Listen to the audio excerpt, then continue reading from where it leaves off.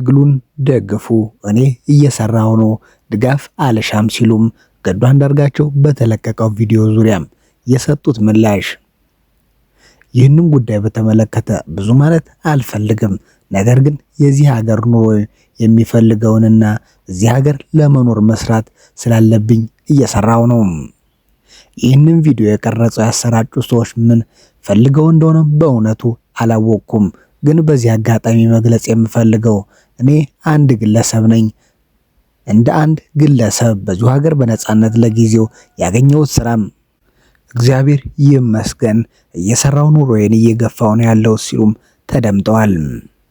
ከዚሁ በተረፈ ግን የአማራ ወንድሞች እህቶች፣ በአጠቃላይ ኢትዮጵያ ህዝብም መጨነቅ ያለበት ሀገር ቤት ላለው ህዝብ ነው። በተለይም የአማራ ህዝብ በከፍተኛ መከራና ስቃይ በየቦታው እየተገደለ እየተፈናቀለ ባህሉና እምነቱን በአግባቡ ኤክሰርሳይዝ እንዳያደርግ እየተደረገ ነው ያለውም ብለዋል። እናም ሰው መጨነቅና አጀንዳ ማድረግ ያለበት እኔን ሳይሆን በመከራ ውስጥ ያለውን ህዝብ ነው። ኢትዮጵያ በአሁኑ ወቅትም በሰላም ወጥቶ መግባትና አድሮ መገኘት ብርቅ ለሆነበት ማህበረሰባችን ነው አጀንዳችን መሆን ያለበት ሲሉ ማክለው ተናግረዋል። አቶ ገዱ አንዳርጋቸው በመልእክታቸው አሁን ላይ በአማራ ክልል ትግል እያደረጉ ያሉ ኃይሎችን በመደገፍ ለውጤት እንዲበቁና እኛም ወደ ሀገራችን የምንመለስበት ሁኔታ እንዲፈጠር ማድረግ ነው ትልቅ ትኩረት ሊሰጥ የሚገባ የሚል እምነት አለኝ በማለትም መልእክታቸውን አስተላልፈዋል። አጠቃለውም እውነት ለመናገር ለኔ ይህን ያክል ህዝብ ያለውን አክብሮትና ፖዚቲቭ አስተያየት ስለሰጠኝ አመሰግናለሁ በማለት በህይወቴ ውስጥም ለህዝብ ትልቅ አክብሮት ነበረኝ፣ ለወደፊትም ትልቅ አክብሮት እንዲኖረኝ አድርገውኛል ብለዋል። በምስጋና ሐሳባቸውን አጠቃለዋል።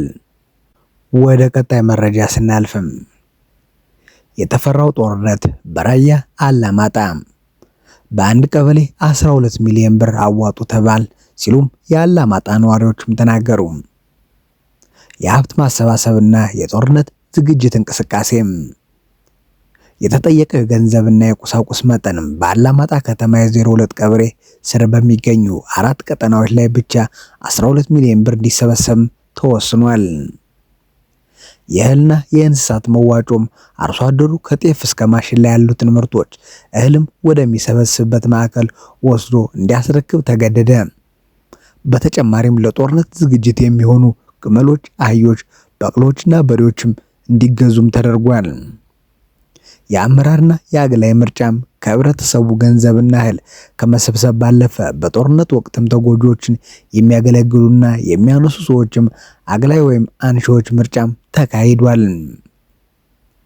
የጦርነት ዝግጅቱ ደርሶበታል የተባለው ርቀትና የመጨረሻው ምዕራፍ ዝግጅት በፌደራል መንግስትና በህወሓት መካከል የድርድር ወሬዎች ቢኖሩም በስፍራው የህወሓት የመጨረሻው የጦርነት ዝግጅት ጫፍ ላይ መድረሱንም ዶቼ ቬለ ዘግቧል። ግዴታናም ቅጣትም ተጥሏል።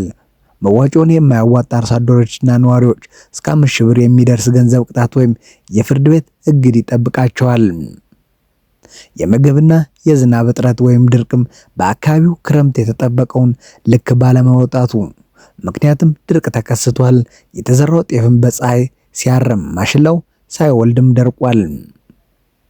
የሰው የሚበላው አጥቷል። ነዋሪዎች ሰው የሚበላው አጥቷል።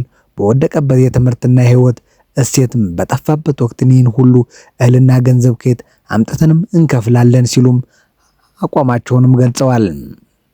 የአመራሮች ምላሽ አልባነት አርሶ አደሩ ችግሩን ለአመራሮች ቢያስረዳም ትዕዛዝ ላይ የመጣ ነው፣ ምንም ማድረግ አንችልም፣ ግዴታ ነው፣ ነገውኑ መዋጮውን ይዛችሁ ትቀርባላችሁ የሚል ምላሽ ብቻ እንደሰጣቸውም ተናግረዋል ነዋሪዎቹ።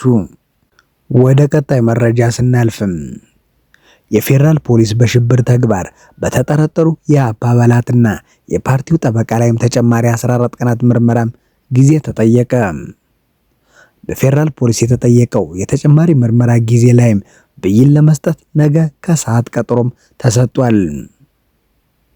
የኢትዮጵያ ፌደራል ፖሊስ ኮሚሽን የኢሃፓ አባላት የሆኑትን አቶ ይስሐቅ ወልዳይ፣ አቶ አበባ አካሉ እንዲሁም አቶ አበራ ንጉስንም ሐምሌ 27 2018 ዓ.ም በቁጥጥር ስር ማዋሉም ይታወቃል። ተጠርጣሪዎቹ የተያዙበት ጉዳይ በፌደራል ከፍተኛ ፍርድ ቤት ልደታ ምድብ አንደኛ ጊዜ ቀጠሮ ወንጀል ችሎት እየታየ የሚገኝ ሲሆንም ተደጋጋሚ የምርመራ ማጣሪያ ጊዜ ቀጠሮ ተጠይቆባቸው በመፈቀዱ እስከዛሬ ማለትም ቀን 21 2018 ዓ.ም ድረስም ቀጥሏል። በዛሬው ዕለትም በዋለው ችሎት የፌዴራል ፖሊስ በሶስቱ ተጠርጣሪዎች ላይ የጀመረውን ምርመራ ለማጠናቀቅ ተጨማሪ የ14 ቀን የጊዜ ቀጠሮ እንዲሰጠውም አመልክቷል። ፖሊስ ከእነዚህ ቀደም በተሰጠው የተጨማሪም 12 ቀናት ምርመራ ጊዜም ያከናወናቸውን ጉዳዮች ለችሎቱም አሰምቷል። እስካሁን ባለው የምርመራ ሂደት ፖሊስም የሚከተሉትን ተግባራት ማከናወኑም ለፍርድ ቤቱ አመልክቷል።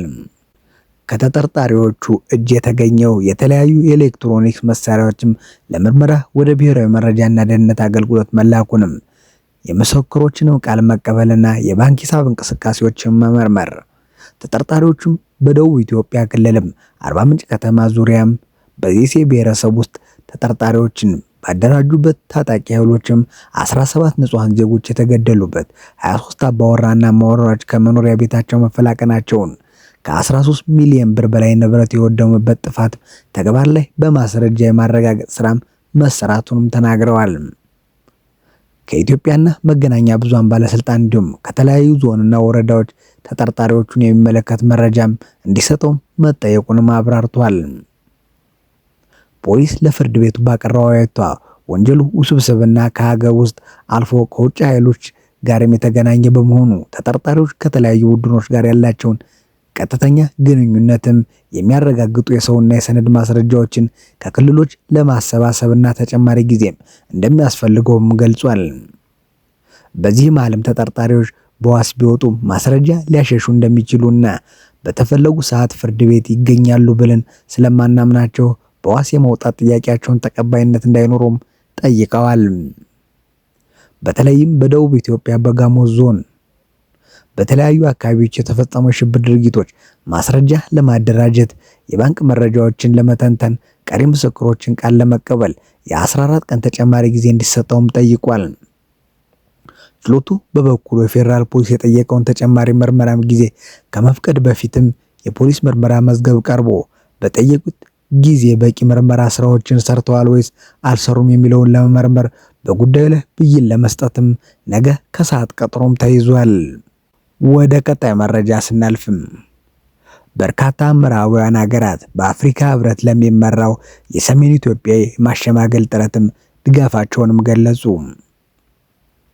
የአፍሪካ ህብረት የፌዴራል መንግስትና የህዝባዊ ወያኔ ሓርነት ትግራይ ህወሓት አመራሮች ለማሸማገል የሚደረገውን ጥረት የሚደግፉ የአውሮፓ ህብረት አባላት የሆኑ 22 ሀገራት እንዲሁም የዩናይትድ ኪንግደም፣ ኖርዌይ እና ካናዳ ኤምባሲዎችም አስታወቁ። አገራቱ ክፉኛ በድርቅ በተጎዳው ትግራይ ክልል የሚጀምረው ወታደራዊ ግጭት ለሰሜን ኢትዮጵያ ህዝብ አስከፊ እንደሚሆን አስጠንቅቀዋል። በኢትዮጵያ የሚገኙ የእነዚህ ሀገራት ዲፕሎማቲክ ተልእኮዎችን ይህንን ያሉትም ነሐሴ 20 2018 ዓ.ም በጋራ ባወጡት አጭር መግለጫ ነው። በመግለጫውም ከተካተቱት የአውሮፓ ሀገራት መካከል ፈረንሳይ፣ ጣሊያን፣ ጀርመን፣ ቤልጂየም እና ስፔንም ይገኙበታል። የአውሮፓ ሀገራት እንዲሁም የዩናይትድ ኪንግደም፣ ኖርዌይ እና ካናዳ በሰሜን ኢትዮጵያ ያለውን ሁኔታ በከፍተኛ ስጋት እየተከታተሉት እንደሆነ በመግለጫቸው ላይ ጠቅሰዋል።